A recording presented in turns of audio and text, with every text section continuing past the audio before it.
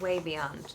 And the thing is, you know, a lot of times when you make a film, like, I imagine a lot of films like this are made against a green screen, and so when you watch it for the first time, it's expected that you're seeing it for the first time. Right. But, you know, on this film, we had practical sets, meaning that spaceship we're on was a spaceship that was built. Okay.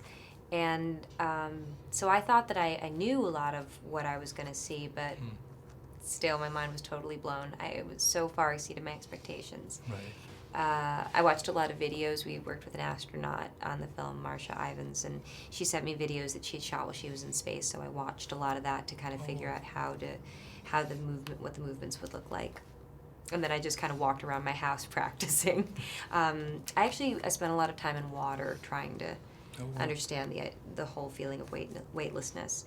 And then the emotional journey, I mean, that's just what you do every film. You figure out who your character is in that moment, who she has been in her whole life that led her up to this moment, and then you just sort of learn your lines and let go. I didn't know what to expect with Matthew because it was before Dallas Buyers Club had come out, Right. and so it was sort of just before The Reconnaissance happened, and I'd seen his work for years and thought he was always very, you know, wonderful, solid, affable, lovable actor.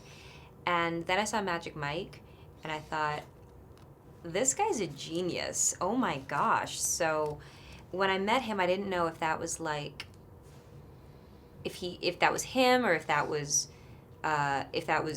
one performance, but then you meet him and you're like, oh, that wasn't just a genius performance. This man is a genius.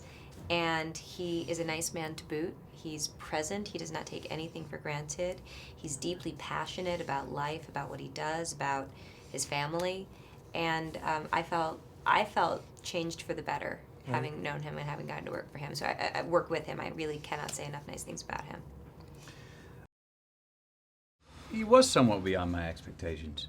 I didn't have a concrete idea of what the movie would be, because I didn't see things in my mind that Chris conceives of.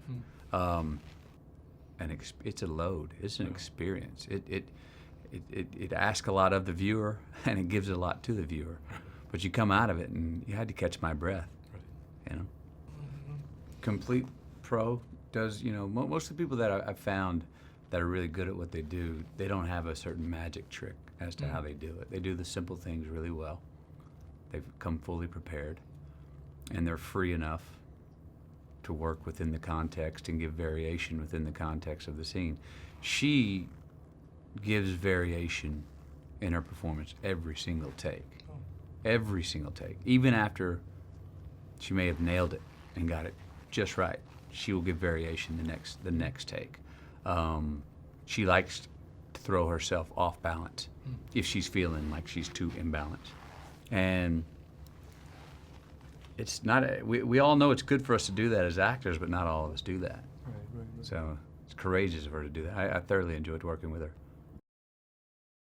We would talk, I talk with Chris a lot.